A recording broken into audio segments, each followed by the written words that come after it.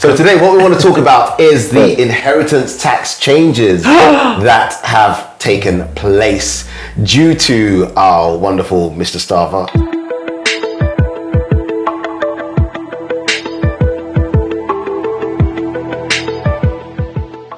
And welcome back to another episode of the Smallholding Revolution, where we look at the journey from having no land, no farm, no house, all the way to building your own farming lifestyle and homestead, as the Americans call it, or smallholding as we call it over here. Whoop, whoop. Right here in the UK, in the beautiful countryside, or near enough a town, depends on where you want to be. I want to be slightly nearer a town, but that's by the by. So today what we want to talk about is the inheritance tax changes that have taken place due to our wonderful Mr. Starmer. Is it wonderful? Maybe not. You have your own opinion, mate.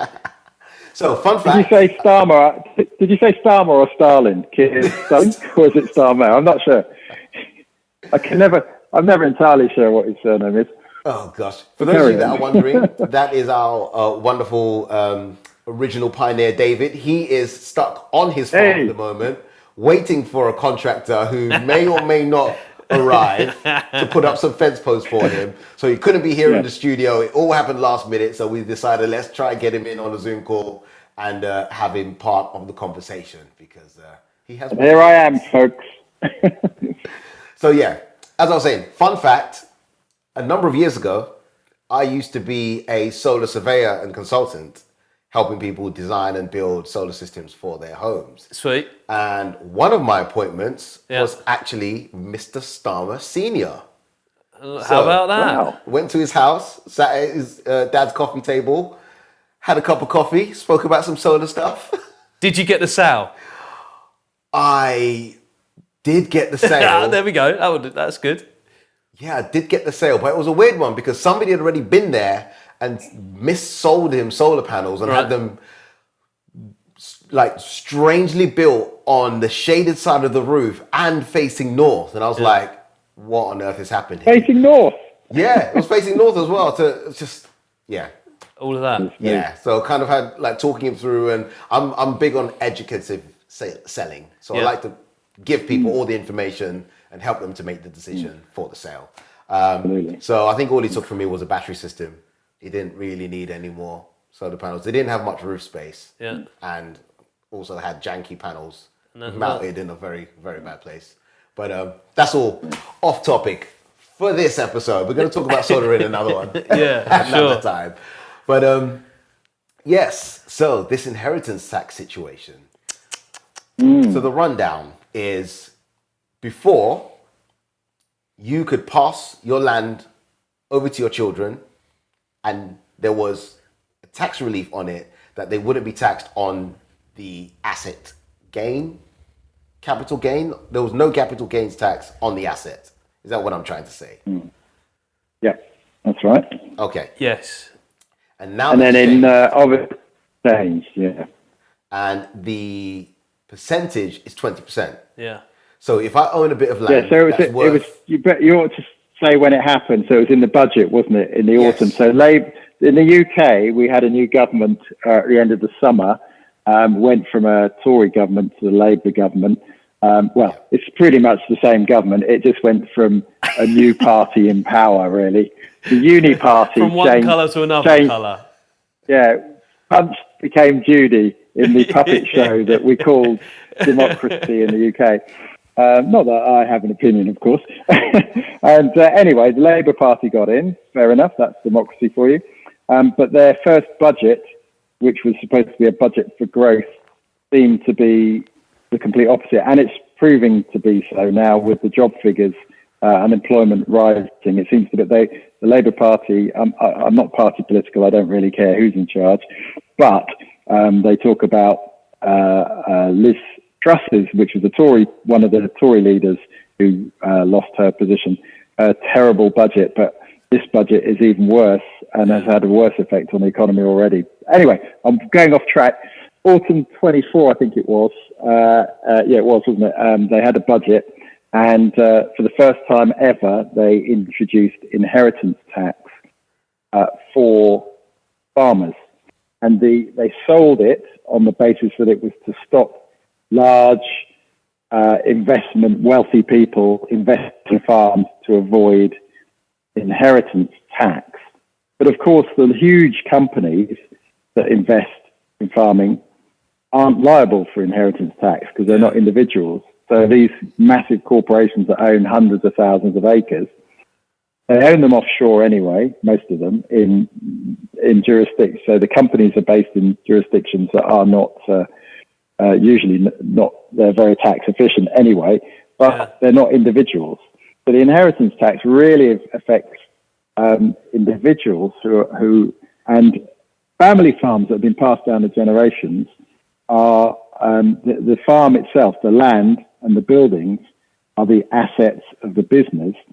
And if you start taxing them, it wouldn't be many generations, 2 or 3 generations of death before the total value of the assets would pass to the exchequer. And that is effectively the negative impact of it. We'll go into detail as to the amounts in a moment. Yeah, let's talk about the actual implementation of that as well, because of it's going to impact different sizes of farms differently, right? And different, whether you're growing from small to medium to large, or back down again. That the impact's going to be quite. To me, my perception is, as you said, the large farms not going to be impacted at all. It's sort of like a different enterprise business model that won't really get hit by IHT or inheritance tax. It's the medium-size farms that are family run, possibly multi-generational. Then of course, our farming age is increasing, and not a lot of young people are coming through as well. So that's causing an issue. Or is that what they're playing at? They're trying to reduce this middle farming bracket because they want more land for homes, maybe. Is that actually at play? But on the smallholding piece, I don't think it impacts us as much. No. So we're going to be all right. The middle ones are going to get squeezed, and the large ones not going to get touched, really. Isn't that the implementation? I think so. I do. I've got the actual figures here, and I think there's a £1 million allowance that you can pass on without attracting any inheritance tax. IHT. And that sounds a lot for a lot of people, but remember what the government does when they introduce a tax is they set a figure like £1 million. But remember that inflation in the UK, real inflation, is running at about 10%. The government will say it's 3%, but you tell me whether a bag of sugar is only 3% more than it was, or 2 or 3% more than it was last year. Well, I know. I know that in the local co-op it's £1.45, and I know that 3 years ago, because I remember buying one and I had 55 pence in my pocket, equivalent of say 50 cents in America, and I walked into a shop and I happened to have the coin and I paid for it. Well, now in the same shop, it's 3 times the price. That's 300% increase in the commodity price. So when the government says, it's only 3% a year, that is just out and out not true. Everything in the supermarket's £3 now, isn't it? Yeah. Pint of fruit, exactly. £3. Yeah. Loaf of bread, £3. Yeah. Bag of vegetables. £3. Yeah. As you said. Everything. Exactly. So they set exactly. So they set a 1 million, but then obviously next year 1 million is the equivalent of in terms of spending power will be 900,000. The year after it will be 810,000. Yeah. But they won't put the threshold up because they never do, and so it's a regressive tax. But they never mention that at the time, and journalists never challenge the government or the government officials on that. They said it's £1 million and it will be index linked. So next year it will be 1,100,000, and the year after that will be 1,200,000. Then you could argue, okay, they're making a new tax, but they're going to increase it over time. The allowance over time. But anyway, that's an aside. At the moment, it's 1 million. So assets over 1 million. With that, David, sorry to butt in at that point, It's 1 million per spouse, right? So if you own your small holding with your partner, it's £1 million relief each on the IHT, right? Yeah, but remember, the it's based on the ownership, isn't it? So not every. So if you're married, you're jointly and severally liable, and you're both on the title of the land, then it would be 1 million each, wouldn't it? If you're inheriting it as a couple, so that could be 2 million. Yeah. So if it's husband and wife, if you like, or whatever, husband and husband, wife and wife, whatever. Yeah. So yeah, you're right. It could be that, but for many people, if one partner dies, which generally happens, both partners if you think about this, they don't mention this, but generally speaking, how often do both partners die at the same time? Not very often. No. So the inheritance tax goes then to the one surviving person. So they only have 1 million, don't they? Well, you know how emotional I am. If Jax passes away, I'd die of a broken heart. So you would. I'd go at the same time. She's listening. I hope she's listening. But in reality, what would happen is if a husband and wife, if the husband died, the wife would inherit everything because that's how it works in the UK. But then if she died, she'd only have 1 million. Yeah. So what are we advising on succession planning? And is it still there's no real ideas on succession planning at the moment?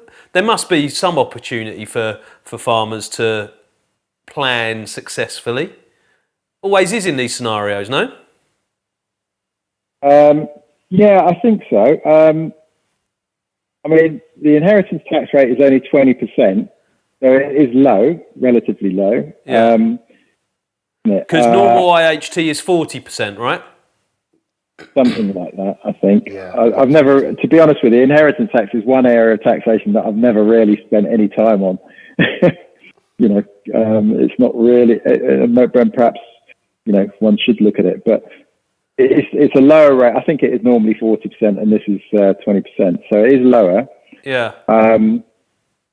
So and do we know whether the succession planning, because of there's this, I don't know whether it's an urban myth or anything along those lines, but when passing down family residencies from older generations to younger generations, if you gift it and lasts for 7 years, then there's no IHT liable on that and everything along those lines. Is that still relevant in our scenario, or?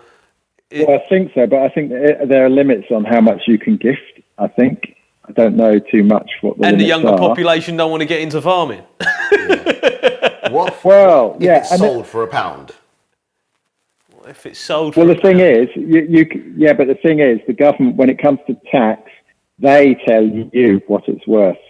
So you can't. So even though the market might say it's not worth that, they will use what they call. So, for example, if you would have to get what they call, or the family would have to get a valuation from a so-called qualified RICS, Royal Institute of Chartered Surveyor, valuer. Now, one of the problems is, just coming back to this valuation point, putting aside the free thresholds and all the rest of it, so you've got your money or your income is derived from the land and the buildings and your machinery, and they will value all of those things. But remember, you might have 3 barns on your land, and you use them to store hay. Well, the value of those barns is purely as a storage space for hay. However, those barns now, under Part Q of the planning laws, could possibly have potential to be converted to residential. Now, you may never, as a farmer, want to convert them to residential because you need a place for your sheep or your cows in the winter, or your hay to be stored or whatever, or your machinery to be stored. So that's all it will ever be. It'll be a storage or garage. So the value to you is lower, but they will value it on its potential value. They'll value the potential. Yeah, I think they will, because it already has that potential, doesn't it? Bare land is bare land, but a building which can be converted under permitted development, is of more value. A barn, you know, a nice little brick barn in 2 acres of on the edge of your farm is going to be worth more as a potential conversion than it will as a storage shed. So they will value it based on its conversion ability. I wouldn't be surprised, because remember, the government wants more tax, so they're going to set the rules on how it's valued. They're not going to make it so that it's worth less. They want to extract more money out of you. So, you see what I mean? They're if you look at, you know, who benefits, they benefit by it being higher. So that's one of the things that hasn't really been, I haven't seen it discussed anywhere. But if I was a farmer and I had all these things valued, the value might. So imagine you've been running your farm, you're a 5th generation farmer. You've got, I don't know, 400 acres.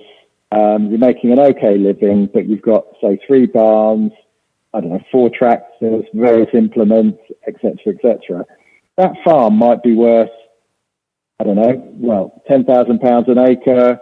That's the land might be 4 million, and then you've got a couple of barns on there. They might be £500,000 each. So that's another £1 million. That's £5 million. Well, you've got a £1 million allowance. That leaves 4 million at 20%. Well, what's 20% of 4 million? That's £800,000. Yeah. So the family, let's say the son and the daughter who want to take over the farm, they'll have to find £800,000 cash. Well, a lot of farmers don't have 800 grand in cash sitting in their bank, because you have to pay your tax. You can't pay them in wheat or barley or wood or water. You have to pay them in cash. You've got to find 800. Can't we just pay like the politicians pay? They say that they promise not to raise taxes, and then they go and raise taxes. Can't we just promise to pay it? Well, that would be nice, a promissory note. Yeah, you probably could actually. I'm sure there's probably some law under common law that says a promissory note is considered, you know. Yeah, for the bearer, I promise. Yeah, I promise. So the bottom line is, what I think the government is gearing up to do is to basically either steal land or force them into mortgage servitude. That's what it feels like, isn't it? Because of, as you say, I'm not politically minded either, and I don't really care what colour is in either. I try and look beyond that and actually try and see what they're up to in their social engineering ways. You probably bordering or over the mark of, you know, social engineering and conspiracy theories, but that's what the strategy smells like. Why do this? Literally, why do it? Why all of a sudden attack that middle-sized farm? It's because they're under pressure with land, right? It still impacts everybody, because what I'm noticing at the moment at my stage is when I'm looking for land, there are loads more that are going for auction as opposed to a set price. Right. And properties are moving so rapidly at the moment, because a lot of people are like, my family can't afford to pay this inheritance. Just keep on going. I have to sell. Right. And they're not thinking any further or any deeper or looking for any solutions. Yeah, they're panicking, aren't they? Yeah, there's a lot of panic at the moment. So properties are flying at the moment. Yeah. Not where I want them, unfortunately. There's a couple that I've actually been interested in, and they've either sold before they got to auction, or the auction price was ridiculous. Right. So I have basically decided at this point, the only way I can buy sensibly is if the property's off market. So all of my efforts now are to look at how to get in touch with farmers to see if they want to sell their land. You should just explain to listeners, Alan, what your current position is and what you're looking to do. Okay, so just to catch everybody up, if this is the first episode or the first time listening to us, I'm at the stage where I am looking to buy a farm. I'm looking for at least 12 to 20 acres, just so I'm over the permitted development lowest threshold. And I really want to... There's 12 and a half acres. Get onto some land, put in my permitted development to build a barn, and then get a caravan act property or structure on the land so I can begin to reside on there and to build my farming business. So I'm starting from absolute scratch. Just about sorting out the finance for. And finance is something that we're probably going to talk about in more depth in another episode, because the whole mortgage structure for buying land is very, very different. It's not like buying a house. And I am avidly searching in my target areas for a plot of land that ticks the boxes for me. And I was saying to Scotty when we were off camera that one of the key things I'm looking for is the fulfillment aspect of me selling produce locally grown is going to be a key part. And I don't necessarily want to be driving deliveries to people. And I'd really like there to be some sort of Uber Eats or Deliveroo in the area. And I'll set myself up as a shop and actually have Deliveroo do the deliveries for me. So yeah. That's a brilliant. Can I just say, Alan? That's a brilliant idea. So you can actually, a bit like Airbnb, you can contact your local Deliveroo and say, "This is the services I provide," and they'll stick it onto their database, will they? I mean, for Deliveroo, I hadn't considered that. £300 to set up your shop, and you can just post your pictures on there and sell, just like all the corner shops are doing now and petrol stations are doing now. Wow. All the local convenience stores are pretty much on Deliveroo and Uber Eats now, just because a lot of people just want to order as opposed to, go to the shop. I never realised. So then the little dispatch rider will pop up to your farm and collect the items, and wow. That's it. And then you've got to sweet talk your dispatch riders and say, you need to hang around my store more than anywhere else because I'll give you coffee, you can sit down and then do all your deliveries. Have a break. I do like that. Wow. I like it as a concept. Brilliant. Yeah. Let's test it, see if it works. because I've been praying for Deliveroo to happen near us so we can get decent, convenient food for 10 years. Deliveroo just is nowhere near us, and by the time you get it from the local town, which is 15 minutes away, you get freezing cold food. So obviously we're not going to be selling hot food. It's going to be produce, so it could work. It could really work, and that infrastructure is transforming and evolving as we go. There's going to be more connected cars, and the shopping lists are going to be on there. They're going to know that they're driving past and they can get their local produce. Exactly. So the future of our world, I think, is really, really exciting. It is. Now, think about this. We've all heard rumours of Amazon considering drone delivery. Yeah. What happens when that arrives at Uber Eats and Deliveroo? There's no driver shortage. All of bottleneck. that. All of that. The coverage area increases. Yeah. Because obviously they go in straight lines as opposed to having to follow roads. So their distance to people is much shorter. Again, love the concept. Getting into the implementation of it. Yeah. Our stuff is in big boxes. It may weigh much and everything along those lines. Drones that can do 50 kilos. Yeah, I get that. Yeah. I mean, they're military drones. And this is my point. In actual implementation, I don't think society is ready for that right yet. Okay, the future, maybe, but I reckon rural implementation of drone delivery is going to be quicker than city. I think a lot of them will get shot down, to be honest. We're bored in the countryside. We're bored. Like in the United States at the moment, like in New Jersey. Yeah, exactly that. We've gone off topic a little bit there, haven't we? We have shooting down drones. But it does actually tie in here as well because of we were talking about solving the last mile. Yeah. We're into producing good food and trying to sell it. And obviously with our smallholding, we're in rural locations outside local settlement areas and everything along those lines. But let's just try and connect that with the topic that we was talking about. We were saying that the large farms are going to be untouched, or they might sell off a bit of land to us smallholders and anything along those lines. Those middle farms, okay, they're going to get attacked and they're going to get smaller, okay? And those middle farms are outside the local settlement area. Okay, and if my hunch is right, and if we are going down this social engineering piece, they want that land, the government want that land to deliver on the 1 million homes they're trying to build. Oh, they're always behind. Right, so they're never going to deliver it because of the planning planning system Structure. is totally wrong. It needs reforming, ripping up and starting again. Which they could change if they wanted to, but they don't. Exactly But that. carry on. Yeah. So I've experienced this over the last 10 years as well. More traffic going past my farm gate. More traffic. Now, when I come from South London and went to the countryside, right, I was like, there is no traffic. And at that time, 10 years ago, they were like 2 people at a traffic light. Yeah. The local villagers were like, the traffic is terrible. You know, I can't live around here. It's getting too busy. And I'm like, what's the world coming to? I was like, it took me 36 minutes to go 3 traffic lights in London. What are you talking about? Moving up. But now, 10 years later, and on our farm road, there is more cars going past. And why is that?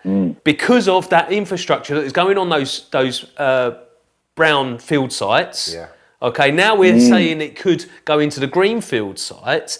That last mile that we're solving and increasing the potential, the value of our properties for this IHT piece, okay, there is some social engineering piece there, but a lot more opportunity as well. So as I say, us being farming entrepreneurs, yes, there's some challenges. Don't panic. Because there's always going to be an upside as well. There's always going to be opportunity, and it's up to us to find it. Yeah. Well, I think you're absolutely right there, and I think that the inheritance tax situation, whilst it's bad for historical, traditional family farms, because it's change that they weren't expecting and weren't prepared for, and actually it will penalise them because it will make it, if they do nothing, if they don't take any action in 2 or 3 generations, a significant proportion of their land will be taken, However, what that then means is that it might free up, or it will free up land, and smallholders could come in where someone's got 400 acres or 200 acres and they need to raise some cash to pay for their tax. That's right. They would probably benefit from a collaboration with a smallholder who wants 12.5 to 20 acres, who could buy that land, pay the money to the farmers. The farmer can pay the tax, and the farmers bought themselves. Exactly, but the farmers also bought themselves a very enthusiastic, energetic, keen, hungry neighbour, and created an extra community. Okay, they haven't benefited financially and they've lost a bit of their land, but they've now created a neighbour, a collaborator, a friend who could work with them, because the farming community, what I've noticed is that it's extremely friendly and extremely well connected. In the area where I've got my small holding, I mean, I've met farmers from, 3-4 miles away, but they treat each other like neighbours. There's a local farm group where there's about 30 farms over an area of, well, probably, a half an hour's drive, but they communicate as if they're in a village. It's already an established network that goes back generations, in fact, and they're extremely welcoming. I mean, I've never farmed before, never had anything to do with it. I'm learning as I go, and they welcome me straight into the group. Very, very always there to help. Kind, helpful, always there to help. And I've never known, well, I have known communities like that, but it's contrary to what we're led to believe these people are like, closed off to outsiders. It's the complete and utter opposite. And so actually, it could create opportunities. And of course, if you've got a small holding, like you've said, Scotty, for now at any rate, with the threshold being 1 million and with the allowance of 1 million per person that you can inherit, it means that for now, at least, while they keep those thresholds staying, our small holdings won't be affected by the inheritance tax. Right. We'll obviously have to keep an eye on that over the years to come, but for now, so it creates an opportunity for our new entrants. And what would be great is if there were additional opportunities for financing. If there was a response from people like the Ecology Building Society, I don't know if they're going to be listening. AMC is another one. It's part of Lloyd, division of Lloyd's, that apparently is allegedly out there to help farmers, but it seems that they only help fund people who've been established for at least 3 years. So it would be interesting if there was a response to this, where some of the funding and the finance industry, the banking industry, which is a bit of a cartel in the UK, but if the government encouraged or even forced them to open up loans for new entrants, then it would show that their changes in the law aren't to just steal a bank or create business for banks, but actually are there to help re-energize farming. We shall see. Story, the jury's out on that. And that's our mission, because there is an opportunity here where smallholders can produce good food, highly nutritious, provide that community, lower air miles, lower amounts of food imported, employ local people, engage the local community, provide opportunities to get into open spaces. It hits a lot of our new agenda as people that want to work in this way, live in this way, and help the social impact of this as well, with the low air miles, highly nutritious food, rather than the bland stuff that is just water clad in some of the supermarkets. So carbon capture, doing organic farming, stuff. putting it. So where we started this episode, it was like we were, really upset for this middle bracket, whereas actually, if we bring those down to smallholders, there's more opportunity here. There's more opportunity to solve this last mile. It'll be local food for local community and bring more people together. So there is actually opportunity here. I don't think the government come up with this wonderful AHT new taxes to help with this, because they just want land. But in response to this, become a smallholder. Yeah. Absolutely. That's the call to arms. Viva la revolution. Viva la revolution. Bring health back to your family, nutrition back to your food. You can, with a well-managed smallholding, you can bring in wildlife, you can bring in ecology, you can restore the soils, you can supercharge your food system with natural health-giving nutrients, phytonutrients. Bring the soil alive again. That's the main thing, because if you've got good soil, you will have good food. If there's good soil, you'll have healthy, nutritious plants, which means your animals will be healthy and nutritious. And you won't need the pesticides, the herbicides, the fungicides, or the fertilizers. They are not necessary if you're looking after and of course, that's easier. It's easier to do on a small scale. This large farm scale only works because we have cheap energy, which is, diesel fuel basically at the moment, and chemicals. But those chemicals are only necessary if your soil is dead. And then it's a vicious circle, because the more you dump on the soil, the more you kill the soil microbiome, which means the plants are weak, which means they need more help in terms of fertilizer and pesticides to keep it's the same when you put pigs in a feedlot, and they're living cheek by jowl with each other, and they don't have any exercise. They have to feed them antibiotics every day. So they get antibiotic resistance that passes to humans. When you're buying that pork is usually diseased, because if the animals have to live off and have to have antibiotics every day, it means they're sick. Because if they were healthy, they wouldn't need antibiotics. So you're eating a sick animal. Well, would you do that? We humans don't eat carrion. We don't go around looking for dead animals and lying there, that died of disease, and eating them. That's not how we're designed to consume our nutrients.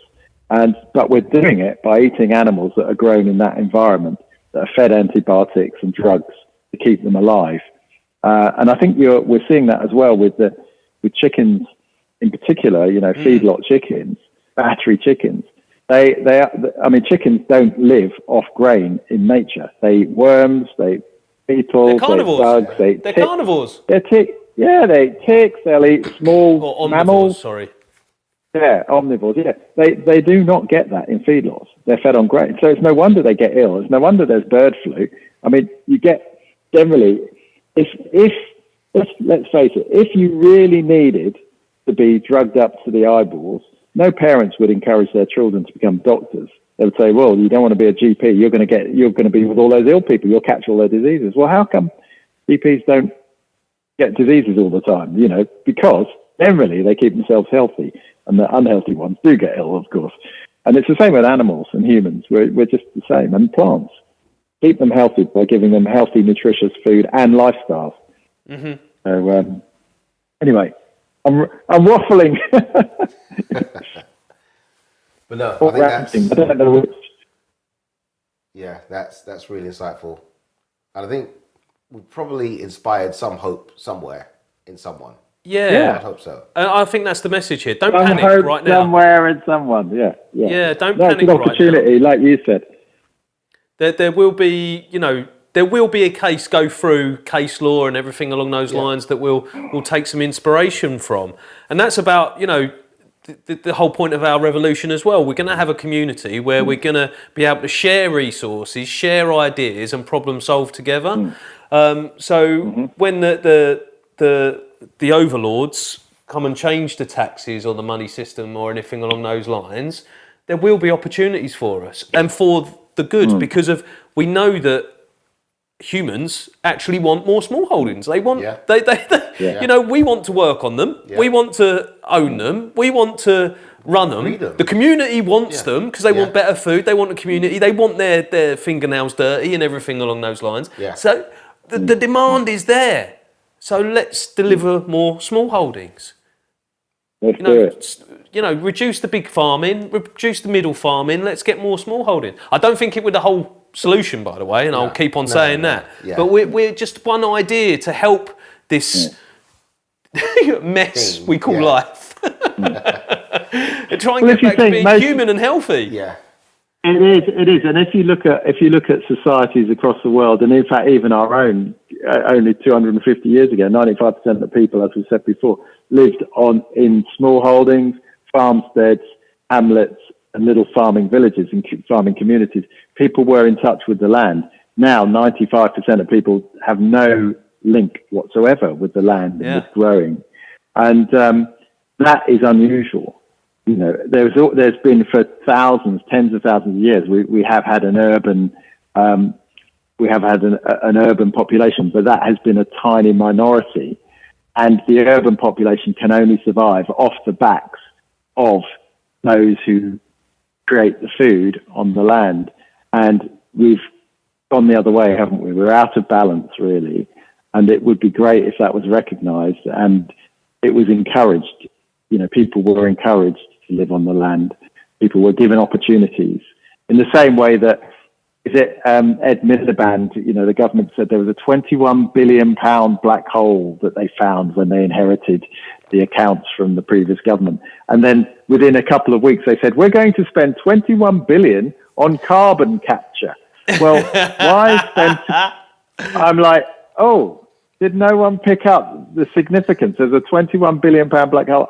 But they can still afford to spend another 21 billion on sucking an invisible gas out of the air and sticking it underground. And they say that's going to improve the economy. It's going to be a boost for the economy. Well, I don't think so. Why not spend that 21 billion helping people buy small holdings, helping people set up small businesses that live locally, that contribute locally to the health and the well-being of the community locally. But of course it won't. It'll go to one or two big companies, big businesses who will run these huge plants that will actually achieve nothing for the economy apart from capture carbon. And what do plants need? What do trees need? What do they capture when they grow? Carbon dioxide. Yeah. You don't need a machine to do it. Trees and plants have been doing it for millions of years, multi-millions of years. So get more small holdings. A million small holdings will do it. All right. And on that marvelous revelation, I think we'll call this a wrap on this episode. Please join in the conversation. There may be things that we haven't touched on as different ideas and perspectives, and we'd love to touch on them. Please comment in the comment section And we'll probably touch on this another time in another episode. But thank you so much. This has been the Smallholding Revolution, and we shall see you on the next episode. Like, share, subscribe, and we'll see you soon.